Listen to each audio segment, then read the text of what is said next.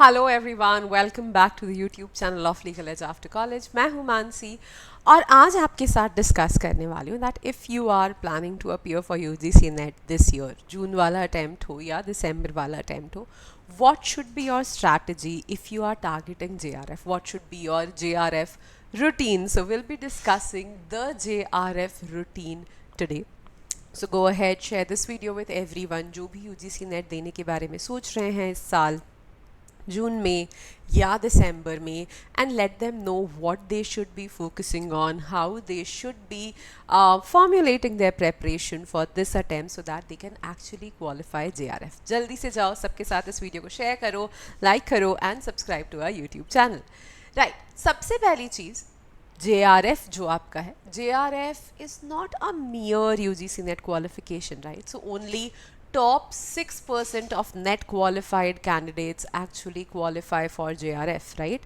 तो अगर आप top 6% के approximately हैं, top 6-7 percentage में अगर आप आ रहे हैं, then you are going to qualify UGC net JRF, right? तो JRF qualify करने के लिए सबसे पहली चीज़ जो ज़रूरी है, that is the JRF mindset. You must have the JRF mindset. You must not only be giving the exam to qualify the exam but to top the exam. ठीक है, तो एग्ज़ाम हम सिर्फ देने के लिए, क्वालिफाई करने के लिए नहीं देंगे, हम एग्ज़ाम टॉप करने के लिए देंगे। विच मीन्स ऑफ कोर्स अगर आपको एग्ज़ाम टॉप करना है इन दैट लार्ज क्राउड, अगर आपको टॉप 6%, टॉप 7% की कैटेगरी में फॉल करना है, then what do you need? You need fewer mistakes, conceptual clarity and good strong knowledge of both paper 1 and paper 2. ठीक है, तो fewer mistakes करनी है, conceptual knowledge, conceptual clarity हमारी better होनी चाहिए, हमारा पेपर 1 और पेपर 2 दोनों स्ट्रॉन्ग होना चाहिए। मैंने यहाँ पर सिर्फ पेपर 1 क्यों लिखा है? क्योंकि बहुत बार क्या होता है कि लॉ स्टूडेंट्स का पेपर 2 तो अच्छा होता है बट पेपर 1 को वो बहुत लाइटली लेते हैं, और इसीलिए जो JRF क्वालिफाई करते हैं वो ऐसे स्टूडेंट्स होते हैं जिनके पेपर 1 में अच्छे स्कोर आए होते हैं। ठीक है, तो पेपर 1 को आप बिल्कुल भी इग्नोर नहीं कर सकते हैं if you are targeting JRF। वहीं अगर आप सिर्फ UGC नेट टारगेट कर रहे हैं, अगर आप पेपर 1 पे बहुत ज़्यादा फोकस नहीं भी करते, पेपर 1 में आप 50 मार्क्स भी ले आते हैं, 60 मार्क्स भी ले आते हैं, तो भी आपका काम चल जाएगा। But when you are targeting JRF, आप पेपर 1 को बिल्कुल भी इग्नोर नहीं कर सकते, एंड एटलीस्ट 70 के अराउंड आपका स्कोर पेपर 1 में आना चाहिए, विच मीन्स एटलीस्ट 35 आपके करेक्ट आंसर्स होने चाहिए। वहीं जब हम पेपर 2 की बात करते हैं तो पेपर 2 में आपका मिनिमम स्कोर 170 के अराउंड आना चाहिए, तब जाके आपका यहाँ पर टोटल स्कोर 240 मार्क्स होगा, राइट? तो ये 240 मार्क्स का जो स्कोर है, this will be a very very safe score for your JRF। कभी कभी 220 मार्क्स, 225 पे भी JRF क्लियर हो जाता है, कभी कभी 210 पे भी JRF क्लियर हो जाता है, बट जब हम टारगेट की बात करते हैं तो हमें हमेशा हायर टारगेट करना चाहिए, ऑलवेज एम हायर। जब आप हाई एम करेंगे तो थोड़े 10-20 मार्क्स का कंसेशन तो हर जगह हो ही जाता है, तो हमारा टारगेट 240 मार्क्स रहना चाहिए। ठीक है, think like a ranker, not just a qualifier. You are here if you are planning for JRF, you have to top the exam. आपको एक रैंकर की तरह सोचना है, सिर्फ क्वालिफायर की तरह नहीं सोचना है, राइट? तो कैसे करेंगे? और हाँ, कुछ ऐसे एरियाज होंगे जिन पर हमें ज़्यादा फोकस करना पड़ेगा because we are planning to qualify JRF, right? एक डेली रूटीन हमारा कैसा होना चाहिए अगर JRF क्वालिफाई करना है? So consistency of 6 to 7 hours, 6 to 7 hours की कंसिस्टेंट स्टडी होनी चाहिए starting from January if you are doing the June attempt. तो ये 5 महीने की प्रेपरेशन आपको डेफिनेटली चाहिए। ये 5 मंथ्स प्रेपरेशन बहुत सिस्टमैटिक मैनर में you need it for sure if you are targeting JRF। ठीक, कैसे करेंगे? 4 से 5 घंटे अपना लॉ वाला पोर्शन पढ़ेंगे, पेपर 2 पे फोकस करेंगे on 4 to 5 hours, right? So conceptual study, paper 2 law, constitution, public international law, administrative law, jurisprudence, human rights, all of those areas, commercial laws, right? Then 2 hours every day you should dedicate to paper 1। ठीक, अब जब हम paper 1 की बात करते हैं तो paper 1 को आप 2 कैटेगरीज में डिवाइड कर सकते हैं। एक पेपर 1 के सब्जेक्ट्स होते हैं which are conceptual subjects, and the other one are your subjects which are practice based subjects, right? Practice based units. Practice based units में आती हैं आपकी reading comprehension, your logical reasoning, maths and DI. Maths and DI. These are your practice based units. So there are 4 practice based units and there are 6 conceptual units, right? तो ये जो आपके 6 conceptual units हैं इनको आपको रोज पढ़ना है, और ये practice based units जो है इनको भी आपको रोज पढ़ना है। इसका क्या मतलब है? इसका मतलब है कि conceptual based unit जो भी एक यूनिट आप पिक कर रहे हैं उस एक यूनिट को आप एवरी डे 1.5 hours का टाइम दीजिए, ठीक है। रीडिंग कॉम्प्रिहेंशन को once in a week, one comprehension you need to do in a week, one day in a week you need to practice this. इस one day in a week में try to practice 2 to 3 comprehensions. 2 to 3 comprehensions करने में आपको 30 minutes से ज़्यादा का time नहीं लगना चाहिए, ठीक है। Then comes your logical reasoning. So again, one day in a week you need to do logical reasoning. One day in a week, ठीक है। One day in a week आप लॉजिकल रीजनिंग की practice करिए at least 30 to 45 minutes. 30 to 45 minutes ये आपको practice करना है, ठीक है। मैथ्स करना है 2 days in a week. 2 days in a week क्यों कह रही हूँ मैं maths I am saying 2 days in a week क्योंकि लॉ स्टूडेंट्स का मैथ्स बहुत कमज़ोर होता है। हमने बहुत टाइम से मैथ्स नहीं पढ़ा है, तो मैथ्स की हमें थोड़ी सी ज़्यादा प्रैक्टिस चाहिए। And then your data interpretation you can do 1 day in a week, okay, 1 day per week। इस तरीके से अगर आप रोज़ ये 4 यूनिट्स को क्लासिफाई कर लें, क्योंकि इन यूनिट्स को आप एक बार में पढ़ के रख नहीं सकते। Logical reasoning, maths, DI, reading comprehension सब की आपको प्रैक्टिस करने की बहुत ज़्यादा ज़रूरत होती है, इसीलिए इसको आपको एक बार में थ्योरी पढ़ के इसकी रखना नहीं है, बट आपको ये कंसिस्टेंसी बनाए रखनी है कि हर वीक हम एक दिन एटलीस्ट RC कर रहे हैं, एटलीस्ट एक दिन LR कर रहे हैं, एटलीस्ट मिनिमम एक दिन मैथ्स कर रहे हैं, मिनिमम एक दिन DI कर रहे हैं। ये कंसिस्टेंसी हमें बना के रखनी पड़ेगी to get an edge in these subjects, ठीक है। अब ये जो यूनिट्स हैं इसमें reading comprehension usually UGC NET में काफ़ी इजी आते हैं, बट कभी कभी थोड़े कॉम्प्लिकेटेड आ जाते हैं। वर्ड्स के जो मीनिंग्स, वो कैप बेस्ड क्वेश्चंस जो होते हैं वो कभी कभी थोड़े कॉम्प्लिकेटेड हो जाते हैं, बट बहुत ज़्यादा ओपिनियनेटेड आंसर्स वहाँ पर उनको नहीं चाहिए। काफ़ी सारी चीज़ों के आंसर्स पैसेज से बहुत ईजीली डिटरमाइनेबल होते हैं, ठीक। तो इस तरीके से आप अपने पेपर 1 को टारगेट करिए। हर यूनिट का एक टाइम टेबल बनाइए कि एक यूनिट को कितने दिनों में आपको ख़त्म करना है। So let's say there are 6 units, you can easily classify them into 1 unit per week. 1 unit per week के हिसाब से भी अगर आप पढ़ते जाएंगे और साथ में इन 4 यूनिट्स की प्रैक्टिस करते जाएंगे तो भी 6 वीक्स में बहुत ईजीली आपका पेपर 1 कंप्लीट हो जाएगा, ठीक है। फिर every day you need to give 30 minutes to current legal updates, case laws, तो लाइव लॉ हो गया, SCC ऑनलाइन हो गया, बार एंड बेंच हो गया, राइट, जो भी आपके पास है एक करंट लीगल अपडेट्स को थोड़ा सा पढ़ते रहिए, क्योंकि अब थोड़ा सा लीगल अपडेट्स का एक रिफ्लेक्शन आपके पेपर में देखने के लिए मिलता है। And if you are targeting JRF you should not miss any stone unturned, right. कोई भी छोटी सी भी चीज़ हमें छोड़नी नहीं है, तो इसीलिए हम करंट लीगल अपडेट्स पर भी ध्यान देंगे। Minimum 10 years of previous year question papers you need to do. जब मैं मिनिमम 10 years बोल रही हूँ विच मीन्स एटलीस्ट 20 PYPs, ठीक है। हर साल, ऑलमोस्ट हर साल 2 बार आपके UGC नेट का पेपर होता ही है। कभी कभी ऐसा हुआ है कि एक ही बार हुआ है, but mostly every year it has happened 2 times, right. तो 10 साल में एटलीस्ट 20 PYPs होंगे, 20 नहीं होंगे तो 17-18 PYPs तो आपको यहाँ पर देखने के लिए मिलेंगे ही मिलेंगे। तो ये जो 10 PYPs हैं, ये 20 क्वेश्चन पेपर्स पिछले 10 साल के PYPs अगर आपने कर लिए तो बहुत मेजर चंक आपका in previous year question papers से कवर हो जाएगा। बहुत सारी चीज़ें रिपीट होती हैं पेपर में, ठीक। Then minimum 20 mock tests you need to do and you need to do a proper analysis of these mock tests। वो कैसे होगा वो भी मैं अभी आपको बताऊंगी, ठीक। ये जो minimum 20 mock tests आपको करने हैं या 10 year previous year questions करने हैं, ये किस तरीके से करने हैं, किस टाइम पर mock देना चालू करना है, ये सब भी हम इस स्ट्रैटेजी में डिस्कस करेंगे, ठीक है। तो अपनी preparation, if you are targeting the June attempt, if your target is the June attempt, अगर जून अटेम्प्ट आपका टारगेट है तो अपनी प्रेपरेशन को 3 phases में डिवाइड करो, ठीक है. फर्स्ट फेज है the phase one which is starting right now, which has already started and till March and. So you have approximately 2.5 months in your hands. अगर चाहें तो थोड़ा सा इसको एक्सटेंड करके 15th April तक भी ले जा सकते हैं. This is the time when you need to complete all your paper 1 and paper 2 subjects. ठीक है. पेपर 1 जिस तरीके से मैंने बताया, if you follow that routine, तो पेपर 1 को आप बहुत ईजीली 6 weeks में कंप्लीट कर सकते हैं. ठीक है.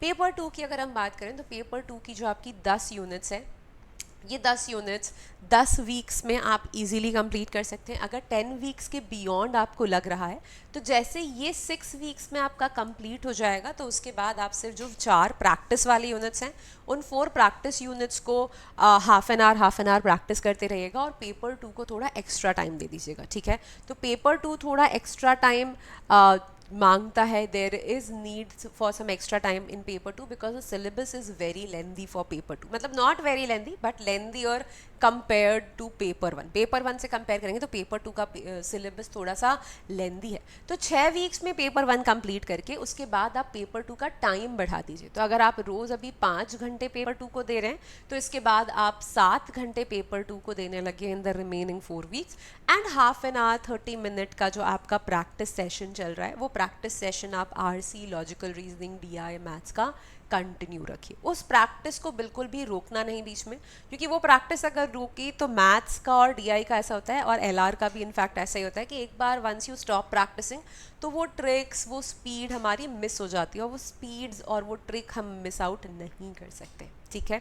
Solve last 10 to 12 years PYQs. अब PYQs अब ये कैसे करना है, ये प्रीवियस ईयर क्वेश्चंस क्या करना है, तो संडे का दिन अपना सिर्फ प्रीवियस ईयर क्वेश्चन पेपर्स के लिए रखो. ठीक है.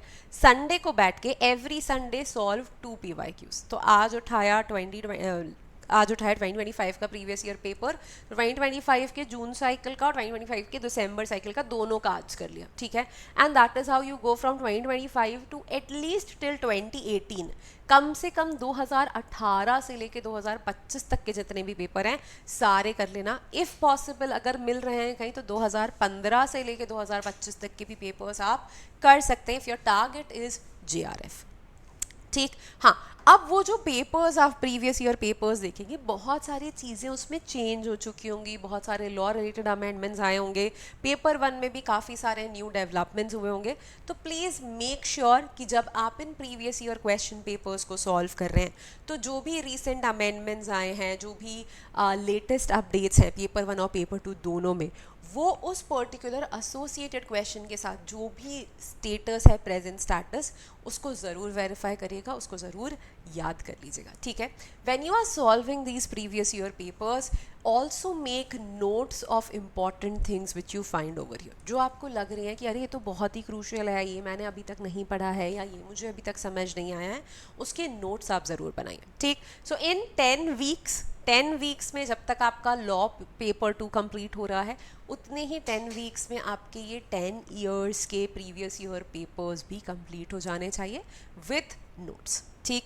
So from today which is what 26th January 25th January right, आज से लेके आपके पास मार्च एंड और मिड अप्रैल तक का टाइम है which is a good 10 weeks period. और इस 10 weeks में आपका पूरा syllabus, at least 1 round of your entire syllabus should be completed. ठीक है. Then comes your second phase which is your first revision. At least 2 revisions जब आप प्रॉपरली सिस्टमैटिकली करेंगे then you will be able to secure that rank that you are aiming for. Right. Then comes your first revision which will be from April to mid-May or mid-April to mid-May. So now you need to revise all of this in 1 month's time. Plus you need to attempt a lot of mocks. So try attempting 15 to 20 mocks. Do 2 mocks every week. 2 mocks per week. So you can do Wednesday and Saturday or you can just pick out any 2 days in your week. So 2 mocks per week you need to do. अब आपका syllabus complete हो चुका है तो this is the exact time, this is the accurate time for you to start doing your mocks and to start your revision also. तो अब सारे subjects का हमको revision करना है एक systematic manner में. जब हम revise कर रहे हैं तो हमें उतना ज़्यादा time नहीं लगना चाहिए जितना हमें first time में लगा था.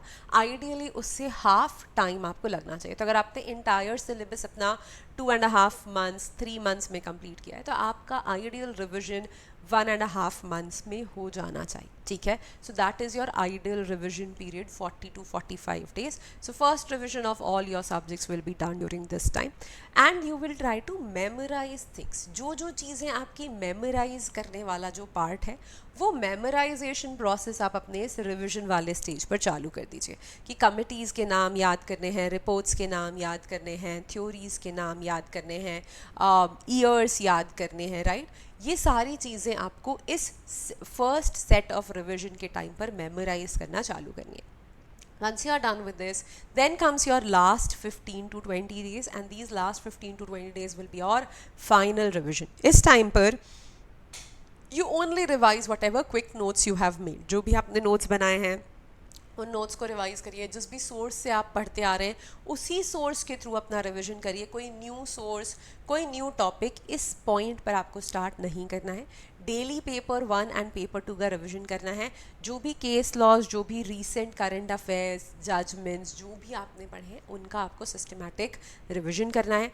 मॉक्स से रिलेटेड जो भी आपने पढ़ा है, मॉक्स की अगर आपने कोई एक नोटबुक बनाई है जिसमें आपने मॉक्स से एसोसिएटेड एरर्स या इंपॉर्टेंट टॉपिक्स लिखे हैं तो मॉक्स का रिवीजन करिए प्लस PYQs का रिविजन करिए. ठीक है, so this is your last 15 to 20 days are only your revision period. You don't start anything new in these last 15 to 20 days.